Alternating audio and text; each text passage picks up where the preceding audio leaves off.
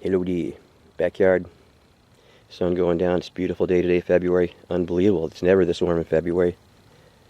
Been doing some work out in the yard here. Went to the park with the kids, grandkids. And I'm sitting out here making this last video. Now, I'll make it real quick. Religion. But first I want to talk about Gaddafi. Now, everybody remembers Gaddafi. Everybody, well, most people. If you're staying with this my videos, you know what's going on. If you don't, then you don't. And probably nobody watches my videos because nobody knows what's going on. But when Gaddafi was killed, you know, when Hillary was on TV saying, oh, we saw him and we found him and we killed him. Ha! Nah, Hillary, you old bitch. She ought to go to jail for that. Now, when they murdered Gaddafi, before they murdered Gaddafi, Gaddafi said, look, you murder me, you take me out, you're going to have immigrants flooding out of Africa. Flooding. Gaddafi said that. So Hillary goes over there, kills him, and that was a whole debacle too, you guys. The people that we sent over there to kill Gaddafi, the ISIS people we created, they were so fucked up, they were chewing that cat. Plus they were high on pharmaceuticals and every goddamn thing they could get their hands on to get high. Now these are real Muslims, right? You're not supposed to get high, but they stay high all the time. They don't have a time where they're sober. They were so fucked up that we had to bomb a 20-mile wide path to Tripoli because they were such idiots they couldn't find Tripoli. They were such idiots. We bombed a goddamn 20-mile wide path with our jet bombers so they could go into Tripoli and kill Gaddafi. And they killed him. And the reason they killed Gaddafi, I mean, he was a good guy, man. I mean, he was keeping that country. Maybe he did some bad things, but look, all politicians do bad things. But he was keeping that country together. Also, what happened? What did Gaddafi do? He tapped into the Nubian aquifer. That was a big no-no, because that's the only fresh water that's going to be left in the world after this nuclear war. And guess who wants that? Israel, because it's right by Israel.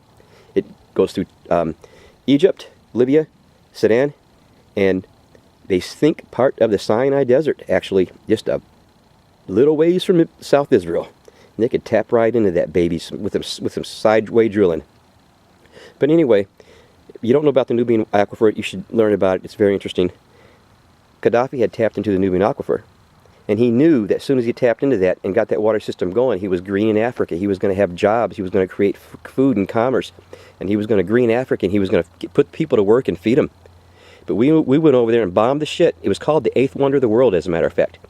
And when he had that thing only 75% operational, it was a beautiful thing. You could get photographs from space of the desert becoming green and him growing food and giving people jobs and taking care of his people. Free water, free, pure, clean water. And guess what? We bombed the shit out of that pipeline. And it ain't working to this day. It still does not work. They have no water over there. Still to this day. It's chaos. We killed Gaddafi because he tapped in that water system, and plus he was thinking about taking other currencies for his oil.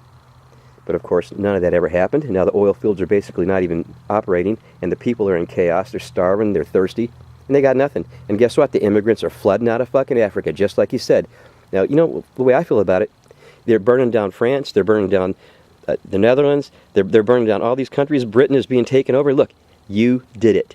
We killed Gaddafi, and he told you they were going to be flooding out of Africa, and he was right. And look, they're coming here. And they're still raping boys. They're still raping people.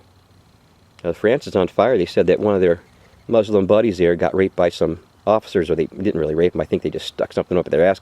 No telling what this guy did. It didn't say what the crime was that he did to make these officers angry enough to attack him. But he did something. That's not in the news. Only in the news is these officers did this to him, and they ought to be punished. This guy could have raped a little boy, a little baby. We don't know. We don't know what the hell he did. Maybe they were just giving him some of his own medicine, you know, to get tired of it.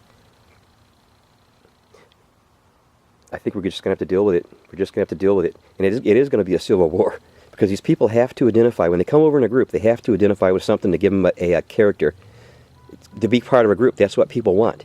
And the only thing they have in common is this Islam shit. Even though, like I said before, most of these Islamic people, they have never read one fucking word of the Quran, have never been on a prayer rug. You know, they don't know anything about it. All they do is say, I'm Muslim and fuck you, and I'll kick your Christian ass, we're going to take over the world. They don't know anything about the religion. And, you know, every religion is like that. But there's going to be a civil war. And it's going to be these Christian zealots against these Muslim zealots. I say just put the zealots in a big cage and let them fight it out. And the rest of us just have peace. But it won't happen that way, man. The war drums they're pounding. They're pounding. And it's just only a matter of time before that nuke drops. Look, you don't make a bunch of nuclear bombs and say we're not going to use them. We got 50,000 nuclear bombs in the whole world. Just guarantee peace. Right. Right. That's going to guarantee peace, all right.